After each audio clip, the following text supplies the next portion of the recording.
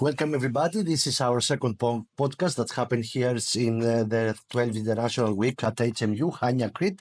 And in this second episode, we are very glad to welcome Dr. Nava Shaked from Holon Institute of Technology of Israel. Nava, welcome.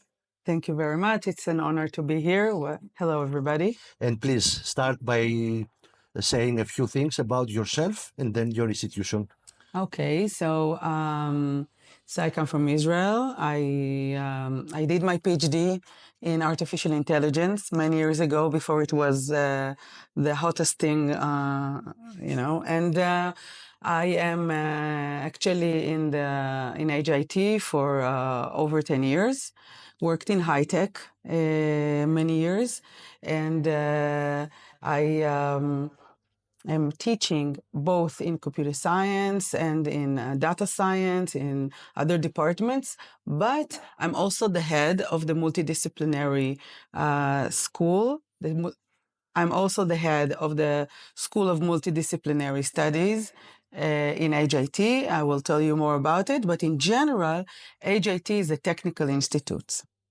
We have faculties that concentrate on engineering, electrical engineering, industrial engineering, computer science, data science, but also faculties like design, instructional technologies, medical technologies, and we promote, or we try to prepare the students for the next step of industry. So it's applied science with the emphasis of science and applied science, which is very important.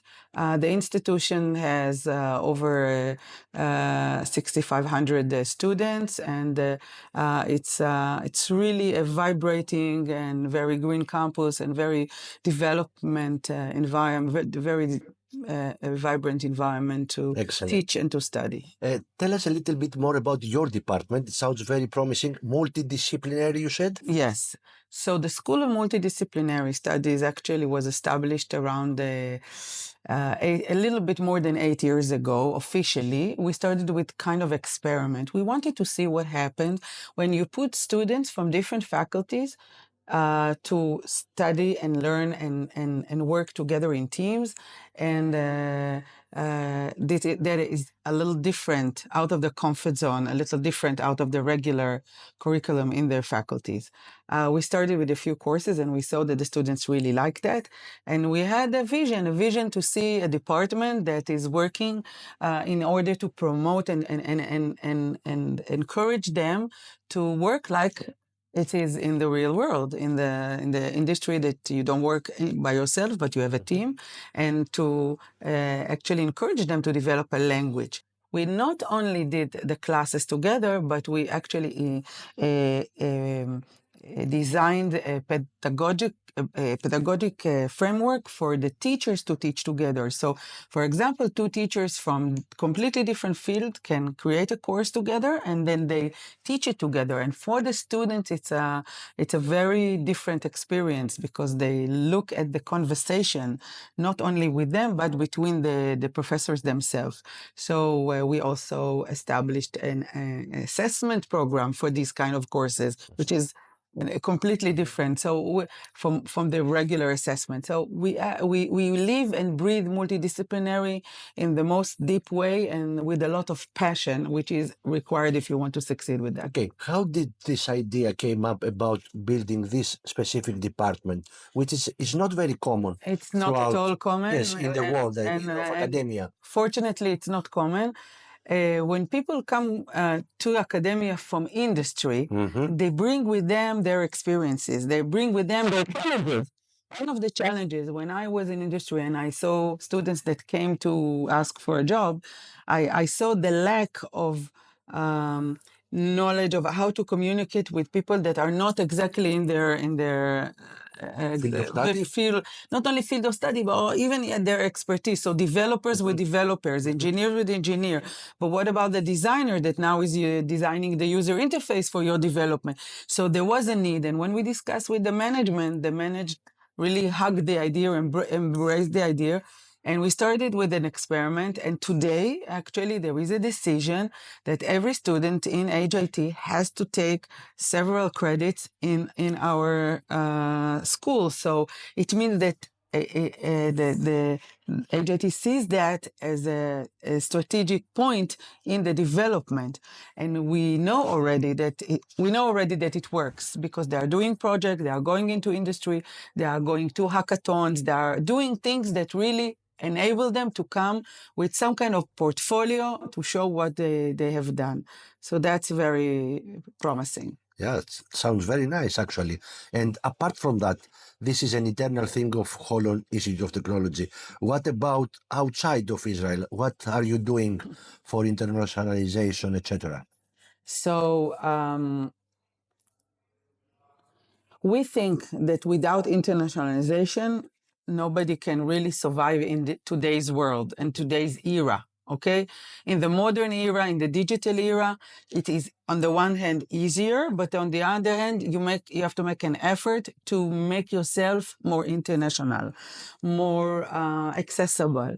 And so 8 years ago, when I visited here in Chania for the first time, and I was invited to the International Week, I saw the interaction between people from different countries, not only professors, but also people that really professional in making this collaboration. And I came back with desire and the intention to really promote internationalization in the School of Multidisciplinary. And this was in line with the international office of the whole institution that really encouraged us to do that and is helping us with the resources and support and guidance. So fortunately for Israel is the possibility to participate in Erasmus Plus program of the European Union. And so we found really good partners, Greece amongst them, to do activities with, and it's growing and it's going well. And we are good partners, but we really like it. We're passionate about it. And when we started to put the students into it and to be able to go out for beeps and quiz and to actually do courses together, that was the highlight. Because then we felt we are not only doing that for the research and teaching, but we are also doing it for the student to experience internationalization, to really be prepared for the next step. Excellent. How many students do you have here now? Now here we have 13 students for this specific week. Last year we had the same number, even I think 14, the same number, and they're all very excited. We actually here as a part of Impact Project, and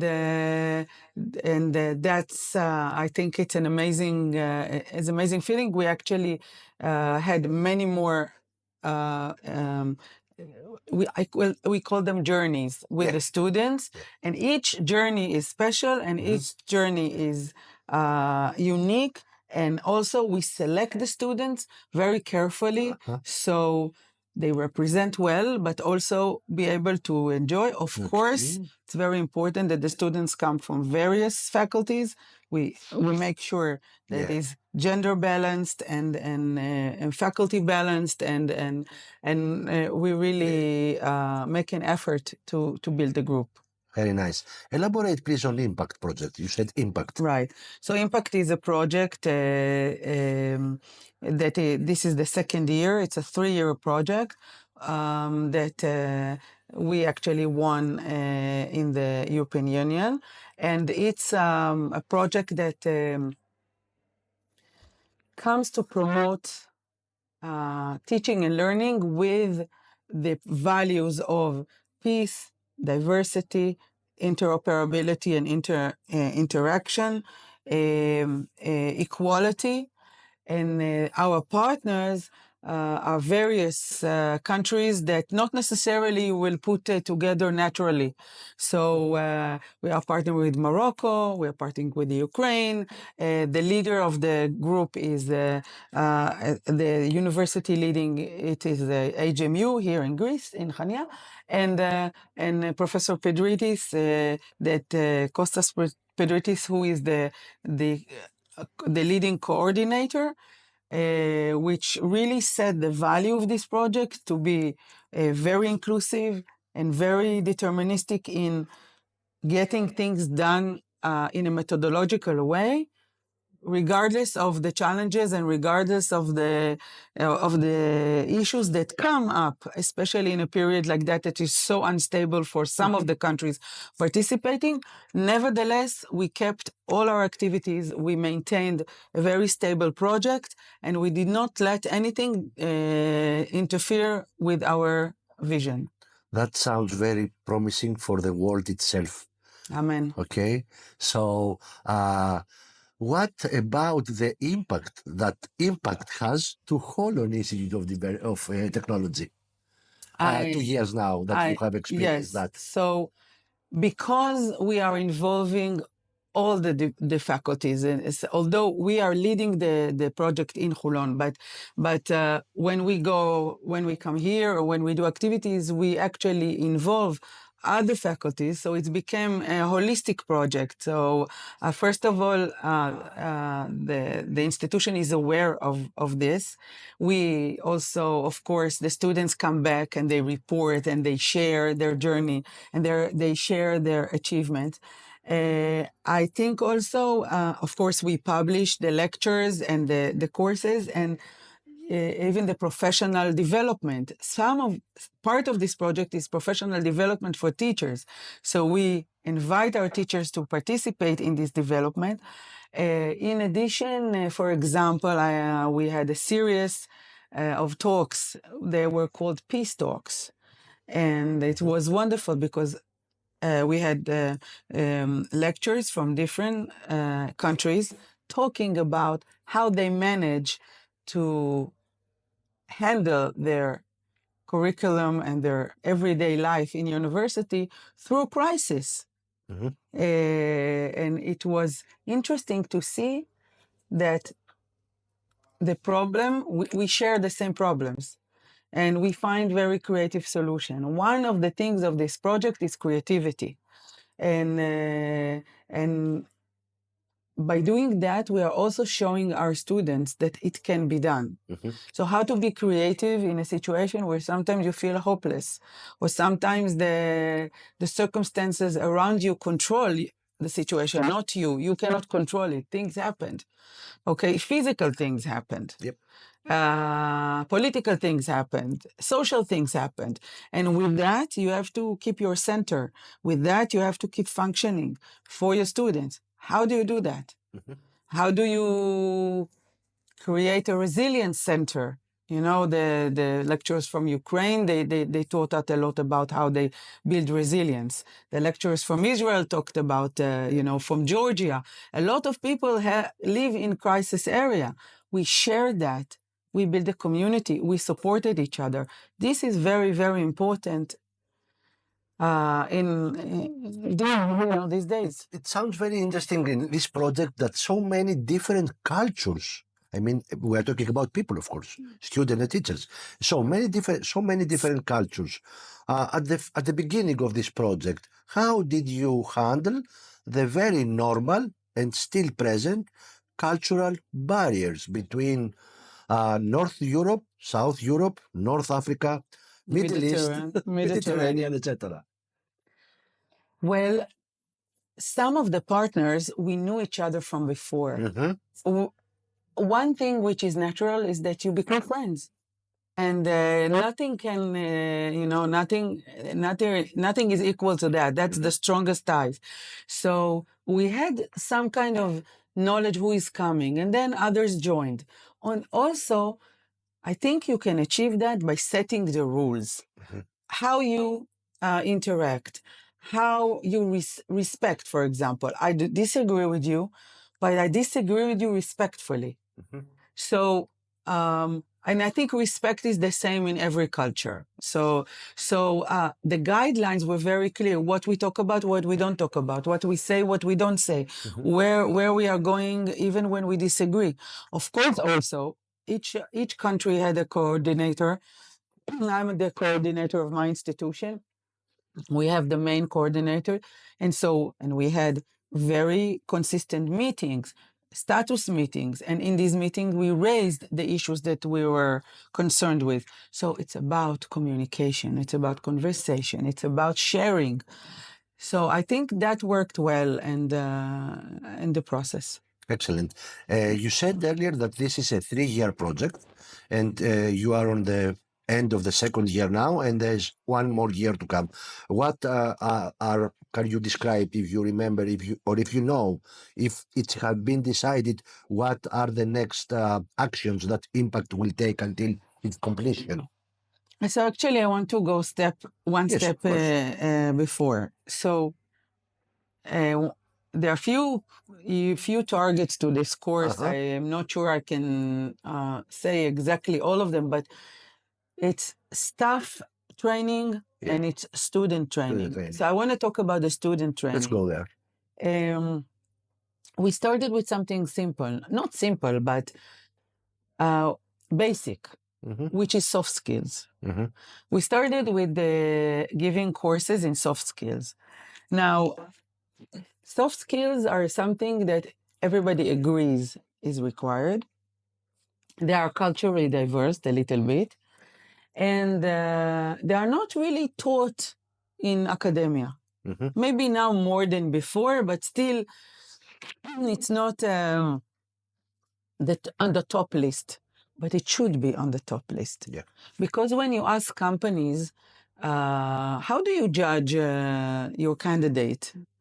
Is it its average grade? No. Is it how many languages he speaks? No. It's how good he programs? Maybe yes, but that's not the main point. It is agility, the way he speaks, the way he presents himself, herself, how she showing us what kind of, like how she's presenting the project that she has done. A lot of the soft skills about debating, about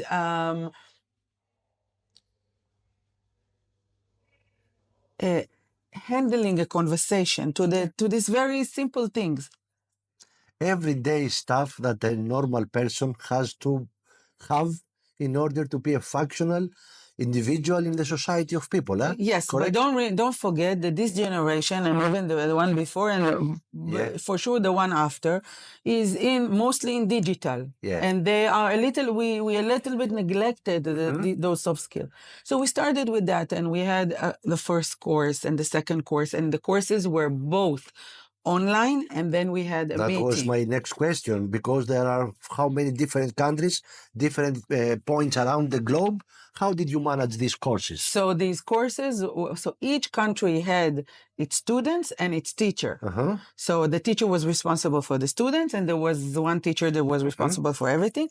And the program is outlined. So you brought the talents for the outside talents, but each teacher could conduct his own students, and they worked in teams. And the team met at the end, the last week of the course, met for physical meeting, face to face, and that was really a celebration. And they saw the faces. They actually, to say that they started to work online. It was not that week that they met. They started to work online, but on the week they met, and it was a great celebration. It was really, really elevating. And this year we did something special. This year we said, okay, we want to take soft skills to the next level, and we talked about leadership. Can I get some water? No, I'm good. Are you sure? Yes, take a breath. I will edit everything. You will review it. You will say it's okay to publish, and then I will give it to Costas. I'm sure. Okay? I'm sure it will. Yeah. Yes, I don't think I said anything yet. No. I will give you a link where you can download what I seem to be the final cut. Okay. And come back with your notes. Okay. Okay, whatever.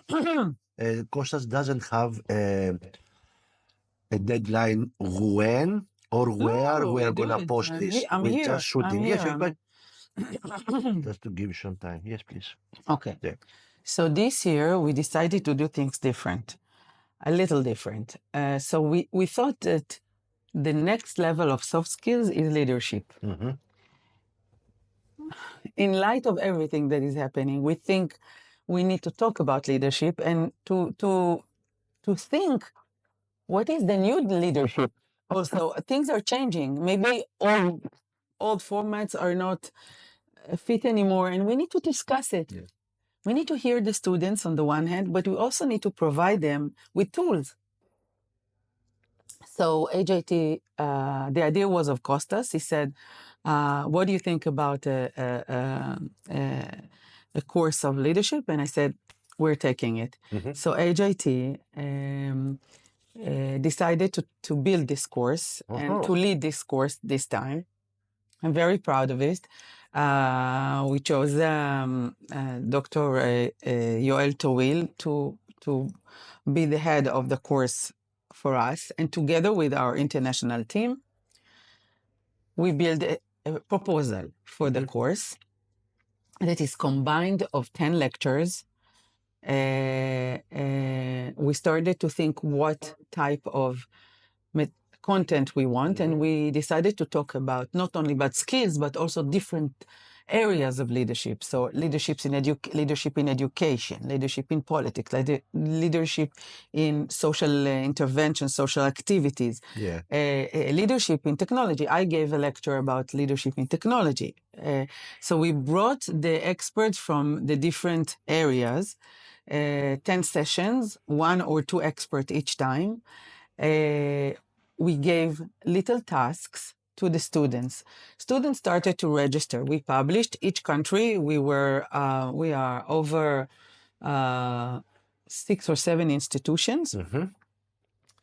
The total of over 200 students registered for the course, which is crazy. It was like a COIL program. It's a COIL it's a BIP. So it was online until this week where all the students met. So out of the 200 and something, 130 came to Chania. So this is happening now here. Now here in Chania, 130 students are sitting together working the last week of the leadership course together with Yoel and the other lecturers. And what we are doing is really allowing them to examine leadership from different perspectives and to see what they connect best to, meaning to examine their own perspectives, personal. And I was asking them yesterday when I was preparing for this podcast, I was asking some of the students how they felt about the course, and more importantly, what they took, like one thing that they took from this semester. And if you will want, I will tell you. So, yeah, okay. So one student said that the most influential lecture she had was about grassroots leadership, which is leadership that comes from the bottom, not the bottom, but like from the field. From the field, yes. From the field. From below, yeah. And I thought that was wonderful because I do believe that our next leadership should come from the young generation and should look different and should look at the needs of the people. And so one student that was sitting next to her said, yes, and I also realized that I can do it as well, that it is possible to think about leadership even if you're young or you're not that much of a leader yet. Another student told me interesting thing about failing forward, meaning it's okay to fail. It's okay to make changes as you go along. And this is something we need to, this is the agility that I was talking about, the ability to be agile and to say, okay, where am I now? What am I doing? What do I need to adjust now? And I cannot be strict in the way that I lead because things is happening. Things are changing all the time. As a head of a department, I have to tell you, it's a kind of leadership and things happen and you need to adjust in a minute. Even when we had COVID, okay, in 3 days, we needed to decide how we are moving to online courses and asynchronous learning. And it was in 3 days we had to make a decision, and also to make decisions for others. That might not like the change, but still need to adapt. So adaptation, agility, making decision making is very important. Yes. And decision making is a crucial part of leadership. yes, but it's also crucial life. So there are big leaders and small leaders, and every day at least we lead ourselves. Yep. So I really like to hear that from the students, because they really took value in this course, and I think it's a great achievement. And I want to talk about the project. So the project of the course, they were divided into team, and each team needed to interview a leader, someone they thought is a leader, and to actually record the interview, to perform the interview, to record it, to summarize it, and to bring the uniqueness of this leader that they have chosen. And I'm eager to see their final project. I haven't seen yet, but I'm eager to see their final, because I know some chose their teachers, some chose people in the community, some chose people in their family. And it's very interesting how to relate to these. So each brought their own. It's always best when students make project that they like, project that they personally attach to. They can relate and attach. Exactly. And we see. I come from technology, and when we look at startups, a lot of the best invention were thought of or invented out of real life projects, real life problems, every day. Yes, I think everybody agrees that leadership is a real life problem that we need to tackle in order to produce a better world that it is now. Okay? We need to talk about it at least, and we need to educate these students or give them tools in order to examine their own possibilities. What about the teachers? You said about Impact was also about teachers. Right. So in Impact also, we have made some programs to educate students, of course, but also teachers, professors that are also part of the change, also part of the advancement. So we talk a lot about AI. Yeah. We have a program for AI tools headed by Dr. Elena Mizrahi. She was promoting this AI education also for students, but also for teachers. We had programs where we were at conferences. We talk about tools for. We build a platform. We have a Moodle platform, but we also have we talk about credentials and micro credentials to give tools to the institutions and the departments to promote education in not only in the traditional way. And again, it goes back to creativity, agility. I think the project is very agile and very creative. I hope that, as partners, we will continue to promote these thinking out of the box mentality, exactly, and unity of respecting the views of each other and discussing, and I believe one and one is three, so we need to work on that. 1 and 1 is 3. Yeah. What about you said that you are the head of the multidisciplinary department in Holon Institute of Technology, correct? Being a partner on Impact Project and being also the head of your department, what are your thoughts for the immediate future? Share a little bit about what are you planning to do next year until the Impact, after the Impact that finishes next year? Brainstorming. So we are definitely going to continue with internationalization. Yep. And we already applied for some extension programs. Again with some of countries, North Africa, etc. Yes. We are also looking at the United States as a partner for us. We are trying, we have some new professors that joined us that are expert in sustainability, climate change, and we are working now on a master program for climate change and technological responsibility. And I can say a word about that as well. Yes, please. I personally work with AI, but in the past 2 years, I started to look in an area which is called responsible AI. It is part of.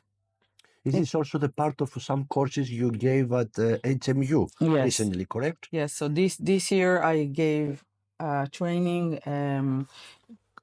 session and courses in several universities in the States, in New York, in Pittsburgh, in here in Chania, in Graz, in Austria, programs and sessions that intended to train staff and students to look at artificial intelligence, not only from the programming and tools point of view, but also from a more holistic, to look at holistically at the technology, but also on the ethical and regulation and responsible way to look at this new technology. Some of the people are passionate, some of the people are anxious, some of the people are afraid. And it's mostly because a lot is unclear. And I think technological responsibility in general, not specifically about AI. Of course, AI maybe now is the and buzzword and all that.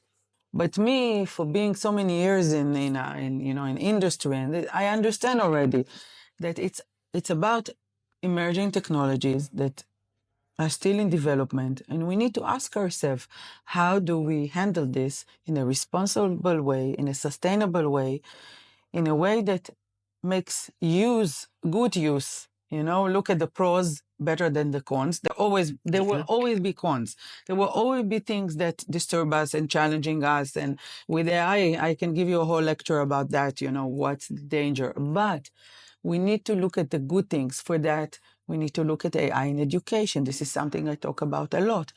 Not only which tools we are using, but what is the strategy of the institution?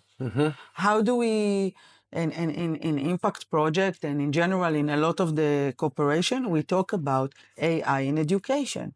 How do we use AI responsibly to promote disabled or challenged students? How do we make it easier for teachers to get used to teaching in a new way? We are asking the teachers now to change the way they teach. In an era where knowledge is all over. How do you teach in this situation where you can't really bring information that your students cannot get by themselves? So how do you bring value? How do you change the program? How do you change your assignment? Not simple, but possible. And very challenging, I can say. Yes, but you know what? For you as a teacher or for every teacher. Yes, but very challenging. But I think it's the responsibility of the institution or the department to talk about it first of all. So it's a kind of it's a strategy thing, top decision, huh? You mean you talk about strategy, how it's a situation. But not only the strategy. We handle the AI. When AI started to, like in November 22, when the whole thing, New York City schools, they banned the first. They banned the use of your AI. You cannot stop progress. Not only that you can say that, but that students will do whatever they want anyway. So the thing is, how do you embrace, how you choose from it the things that are most important for you, the low-hanging fruits, the things that make it better for you as a teacher, as a student, and how you adapt and embrace it. You have to embrace it. So the question is how, and also one word that I want to say about this, one more expression, scalability. So it's not a shock therapy. Okay, so you don't go from 0 to 100 in one day, but you build a scalable program that enables you to gradually absorb, adapt, embrace. Not you, the students. You make guidelines. yes, it's work. Okay. But I guess when they put the computers, the first computers into universities, it was also a challenge.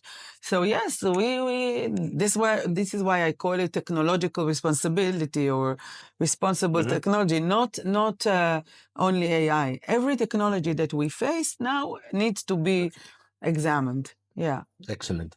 One last question, since you are, I think, an expert in AI, do you think that the machines will take over the world? Wow. Because it's a fear if I had that one, mongers. if I had €1 for every time that I was asked this question, I was a multi-millionaire, billionaire. So, what do you think will be the evolution? But I'm glad you Yes. asked me because it's an Yeah. opportunity to Yes. say what I think. Yes, please. That's why you're here. I will give you the bottom line of what I believe AI should be. Yes. Okay, and then I'll tell you how I think it could be or what will prevent it. So, to me, as a person who did his PhD 30 years ago in AI, 30 years 30 ago, I finished my PhD 30 years ago in New York in an area of NLP, natural language processing. I worked in Bell Labs. I worked in the most in IBM labs, in the most Advanced labs at the time, and today as well. I tell you that for me, AI should be decision support system. Now, yes, it can replace a lot of the things that we are doing, mainly domain-specific tasks that we need to schedule a meeting with you. So it's okay if my bot schedule a meeting with your bot. No harm is done. But for major decisions, financial, health, defense, all these things, I think it should be as a decision support system to the expert. And I think we should use human in the loop in order to verify and clarify what is going on in the processes. And then we should exercise responsible AI. Yeah. And ethical AI. And ethical AI is part of responsible AI. So I think this is for the complex system, not for the regular thing. And I think that the machine will not take over. I think that it's up to people to behave or to act responsibly and with humanity and with humility. And I'm not afraid of machine. Let me finish with this. I'm not afraid of machines. I'm more afraid of people. So I hope that the people will behave. And for that, I'm volunteering in the OECD to promote responsible AI. I am doing things in my institutions, and we are leading with a lot of scientists in Israel that think the same. And I think the European Union also. Yeah, the European Union. So in some initiatives. Right. So I do believe in the good, and with that, I really want to end with that I do believe in the good, and I do believe in people, and I hope they will come around for all the things that are happening now, and that we will live, men to men and women to men in Better world. In a better world. Yes. Nava, thank you very, very much from the bottom of my heart for this very enlightening and joyful conversation. Ευχαριστώ πολύ. Παρακαλώ. Take care for the future. Amen.